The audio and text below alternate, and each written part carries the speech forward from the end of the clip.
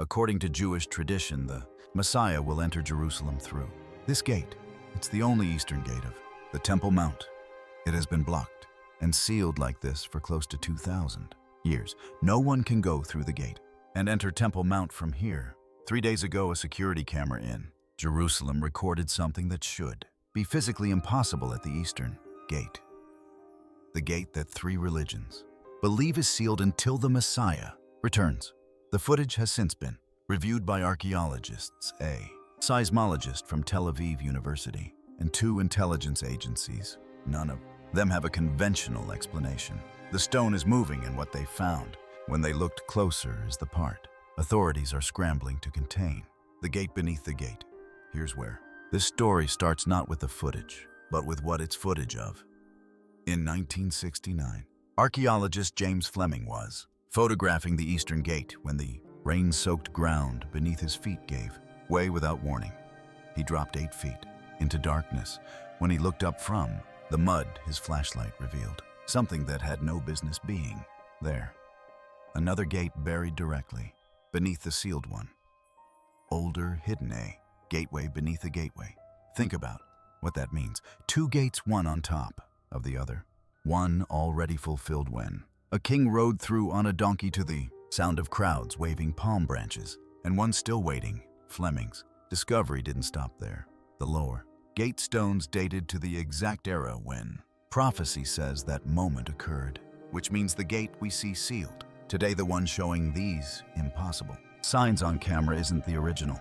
It's the second gate, the one meant for a second entry. The Jewish tradition says that when the Messiah returns, he will enter Jerusalem through this gate, and the fact that it is blocked delays his return by foreign powers.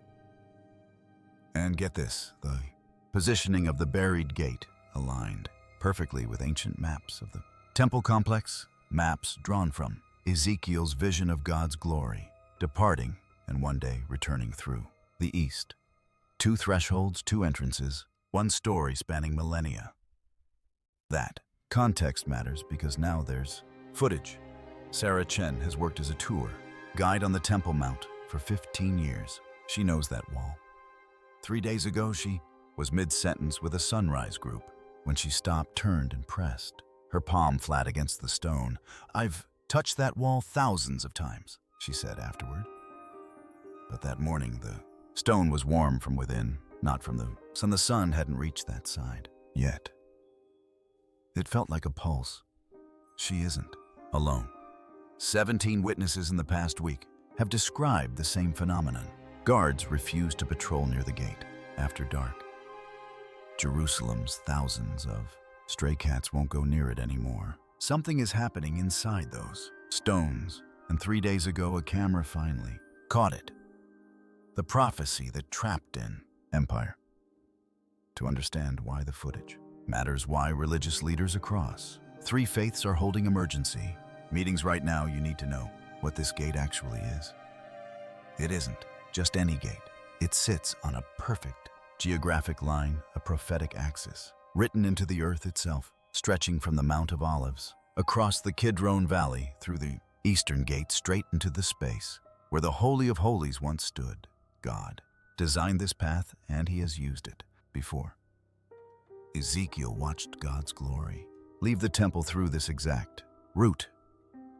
The prophet saw it rise from the sanctuary, pass through the eastern gate, and rest on the Mount of Olives, the divine presence literally withdrawing from his people. But Ezekiel saw something else, the glory returning, coming back from the east through the same gate. And then God said something that should terrify anyone who has ever tried to control this location. "It shall remain shut because I have entered through it." Not man's decision, God's command. So why did Ottoman Sultan Suleiman the Magnificent seal it in 1541? Because he knew the prophecies, and he was afraid of them. Jewish texts said their Messiah would enter through the eastern gate.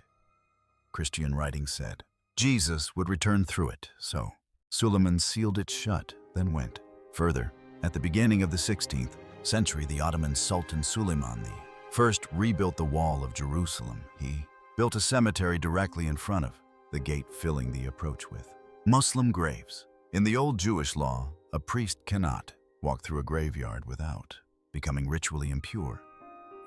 Checkmate, he thought. The Messiah couldn't come even if the gate opened. Here's what historians rarely mention: within 1 year of sealing the eastern gate, Suleiman's favorite son died mysteriously. His grand vizier was executed. His empire stopped growing entirely. The man who tried to stop prophecy was stopped himself.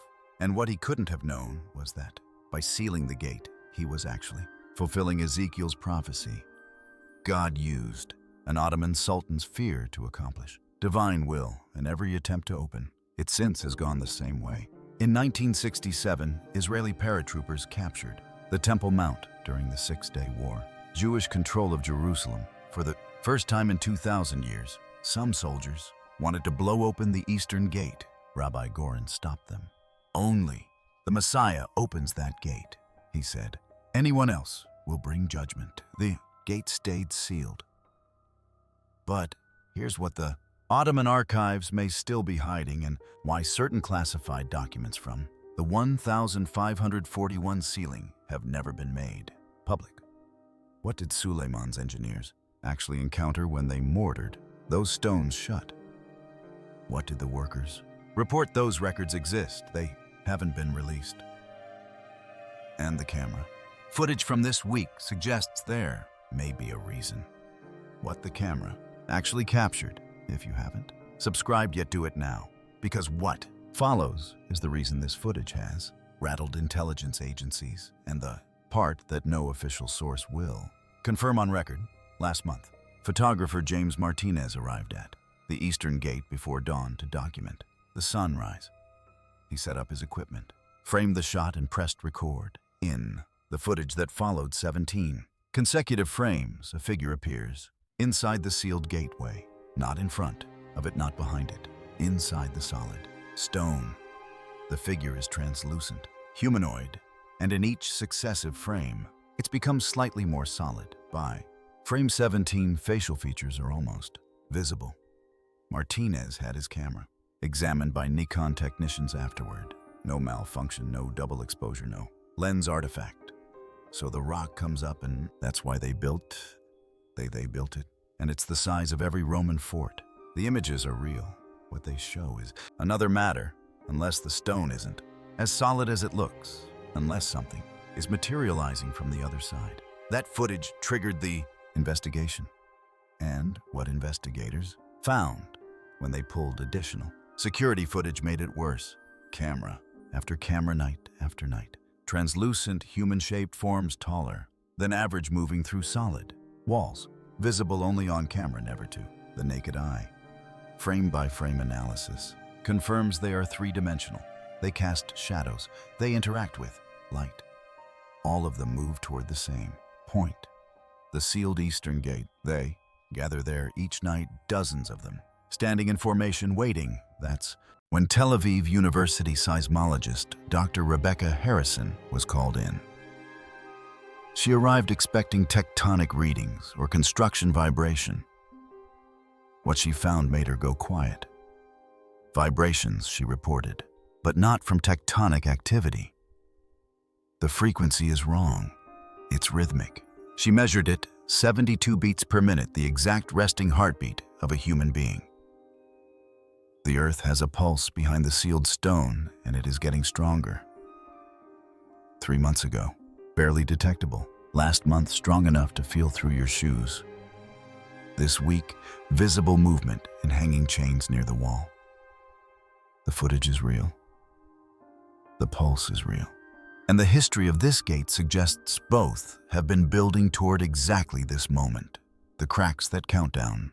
In the Vatican's secret archives, a letter surfaced last month that the Church tried to suppress, written in 1244 AD by Sir Geoffrey of Montfort, a Templar knight at the Eastern Gate. It describes pressing his ear to the sealed stone at midnight and hearing an angelic chorus from within the wall. Then a singular voice spoke directly to him. "Geoffrey, son of William, tell those who come after. This gate measures time. Every stone counts years. When the final stone cracks, the final year begins. Watch for the cracks. Number them. The count reveals the appointed hour. Jeffrey counted the total stones in the gate's structure, 889. Then he counted existing stress fractures, 847. He did the math. 42 stones remained uncracked. He wrote down the date and sealed the letter. Now here's where it gets disturbing. Modern engineers inspecting the gate confirmed Jeffrey's medieval count was accurate. 847 cracks existed in 1244 AD. Today the count stands 887, 40 more cracks in 780 years. But the rate is accelerating. The first crack after Jeffrey appeared 23 years later. The second 21 years after that, then 18, then 16. Each crack appearing faster than the last. The most recent crack appeared last week, only 6 months after the previous one. If the acceleration pattern holds the 889th crack, the final stone fractures in less than 40 days. And here's the catch. In Hebrew gematria, the number 889 translates to Pach Hamlech, the king's opening. Back to the footage for a second. Ground-penetrating radar, pointed at the sealed entrance, has revealed hollow chambers behind the stone that shouldn't exist. Voids that, when mapped from above, form a pattern ancient texts describe as the footprint of God. The Muslim Waqf forbids excavation.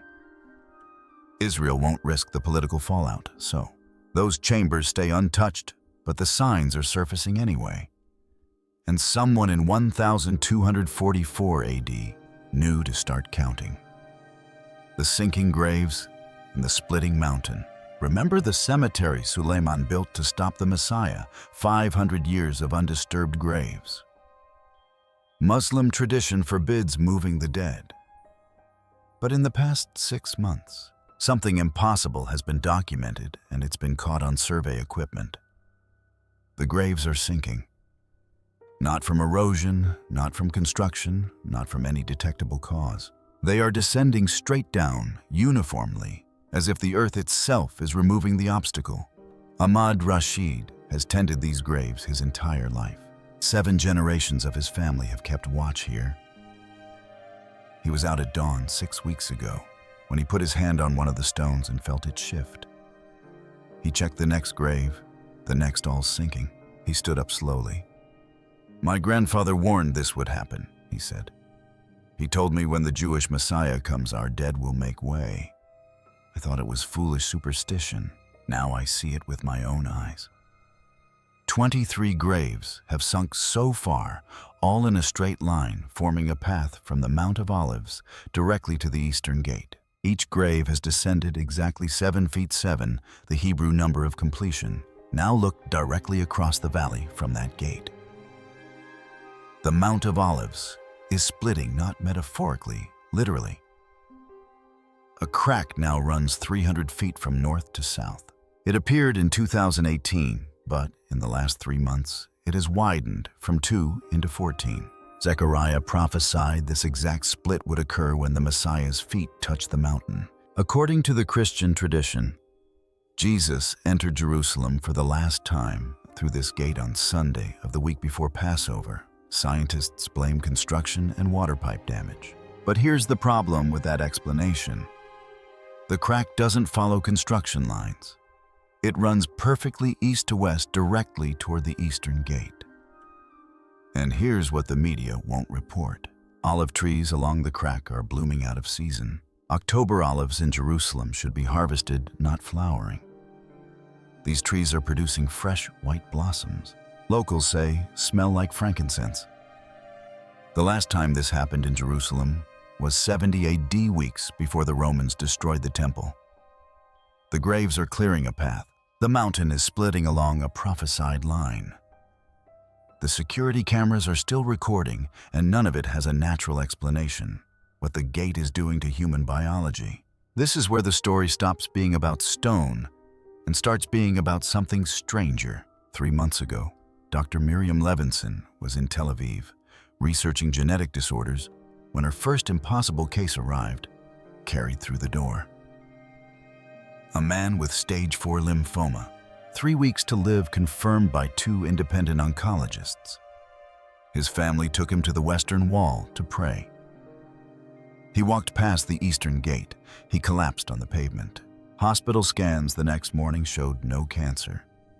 Not in remission, not reduced. Gone at the cellular level as if it had never been there. "I assumed laboratory error, Doctor," Levinson said in a leaked research presentation. "We ran the tests again, then compared them to scans from 2 days prior. The cancer had been stage 4, metastasized throughout his lymphatic system. Then it wasn't. Since that case, she has documented 47 identical outcomes. Different cancers, different patients, all walked past the Eastern Gate. All experienced instantaneous cellular regeneration. But here's the part nobody talks about. The healing wasn't the strangest discovery. What happened to their DNA afterward was sequences geneticists labeled junk DNA dormant code that appears to serve no function, were activating in every patient. Patients reported needing no more than 3 hours of sleep, perfect recall of every memory since activation cessation of biological aging markers. "It's not superhuman," Dr. Levinson said quietly. "It's originally human. The way we were designed to function before something broke." Meanwhile, in Rome, a priest doing routine maintenance beneath the Basilica of San Lorenzo reached into a reliquary and pulled his hand back. The bones of St. Lawrence martyred in 258 AD, dead for 1,766 years, were warm. Body temperature 98 degrees Fahrenheit. The Vatican sealed the area. Within 3 days, bone tissue was regenerating. Soft tissue forming, where only mineral deposits had existed since the Roman Empire. Not only St. Lawrence reports came in from 17 locations worldwide, all containing martyrs' remains, all showing the same pattern. And every martyr showing regeneration had died facing Jerusalem with a final prayer, requesting to witness the Messiah's return. Something is connecting centuries of faith to whatever is behind that gate right now. Children singing in a dead language. Now, here's the part that should be impossible to explain, and that nobody in any official capacity is willing to address publicly. In 17 countries across 6 continents, children under the age of 7 are singing the same song. A song no one taught them, in a language most of them have never encountered. It started 3 weeks ago in Ghana. A 6-year-old named Abena stood up in the middle of a church service and began singing. Not the hymn, something ancient and completely different. Her mother reached out to quiet her. Other children joined. By the end of the week, every child under 7 in her region was singing the same melody, the same words. Linguists identified the language as Biblical Hebrew pre-Babylonian exile dialect, words not spoken in 2,600 years. No Hebrew education fluent. The translation, open gates of righteousness. The king comes to his throne. No more waiting, no more weeping. Wait, it gets stranger. Reports came flooding in from Brazil, the Philippines, South Korea, Romania, New Zealand, Canada. Same song, same language, same melody. Researchers recorded children on different continents and compared the audio files. Not similar, identical. Same pitch, same rhythm, same timing. Dr. Patricia Wong, a researcher in Singapore, measured the children's brainwaves during the singing. Children thousands of miles apart showed identical neural patterns at the same moment, as if every child was being played like an instrument in a single performance. After the singing ends, always at exactly 7 minutes, the children speak. A 5-year-old in Argentina gave her parents the precise date her grandfather would die. A 7-year-old in Australia described an earthquake in Japan 3 days before it struck, accurate to within 5% on magnitude, location, and casualty count. Something is broadcasting through these children, and the signal, if you trace it back, originates at the same coordinates every instrument is pointing to, the Eastern Gate in Jerusalem. The cameras are still running. The cracks are still accelerating. And the question is no longer whether something is happening at this gate. The question is what exactly is on the other side of it, the final convergence. Pull back for a moment and look at what we actually have. A Templar knight in A.D. counted 889 stones and started a crack countdown. Current count, 887. A seismologist detected a 72 beat per minute pulse behind the sealed stones. A photographer documented 17 frames of a figure materializing inside solid stone. 23 graves built to block the Messiah are sinking in a straight line toward the gate. The Mount of Olives is splitting east to west. Children on 6 continents sing in a 2,600-year dead language, announcing the gate is opening. Martyrs' bones in 17 reliquaries are warming after centuries. This isn't coincidence, it's convergence. And it has a center. In Ethiopia, the guardian of the Ark of the Covenant, the only person permitted to see it silent for 30 years, emerge with a single message. Return it to Jerusalem. The gate is preparing. Satellite imagery shows the Ethiopian Orthodox Church arranging transport for something massive, requiring leaded containers. Those near the Ark report it emits energy lethal to the unprotected. The same energy signature has been detected in the chambers beneath the Eastern Gate. Dr. Elena Vasquez, a quantum physicist at CERN, ran the seismic readings from Jerusalem through her calculations. What she found, she described as a universal synchronization reality, aligning to a single, accelerating heartbeat. The heartbeat isn't coming from Earth, she said. It's coming through Earth from somewhere beyond our dimension. And then there's Rabbi Yosef Berger, who oversees King David's tomb. His father told him 40 years ago, "When the stones weep at the Eastern Gate, count 40 days. What happens next will shake the nations." On Tisha B'Av, the exact anniversary of both temple destructions, moisture seeped through the ancient seal from inside. Jerusalem had been dry for weeks. When tested, the salinity matched human tears. 40 days from Tisha B'Av is Yom Kippur, the Day of Atonement. Now go back to the footage from last Tuesday at 3:33 in the morning, Jerusalem time. The stones are expanding and contracting slowly, steadily, rhythmically, like lungs, like something alive behind 500 years of Ottoman masonry finally waking up. When the motion begins, chains near the wall swing outward. No wind. The temperature sensor spikes 11 degrees in 4 seconds, then drops back as if the warmth was a pulse. Pilot Captain Ryan Foster was flying a commercial route over Jerusalem at dawn last week. For about 4 seconds, as the first light hit the Temple Mount, he saw something. A structure where only the dome of the rock should be. Not a reflection, a 3-dimensional building that threw shadows and registered on radar. Then it vanished. Air traffic control has logged 17 such reports in 3 months, all at dawn, all describing the same structure matching the exact dimensions of Ezekiel's prophesied future temple. Dr. Bar-El, who coined the term Jerusalem Syndrome, says the current wave is unlike anything he has documented. These people don't claim to be prophets. They show no signs of clinical delusion. One recurring conviction: he's coming through the gate. They stand at the Eastern Gate for hours, silent, watching. And when they leave Jerusalem, they return to normal. They're not delusional, Dr. Bar-El said. They're responding to something we cannot measure, but they can feel. The 889th crack is coming.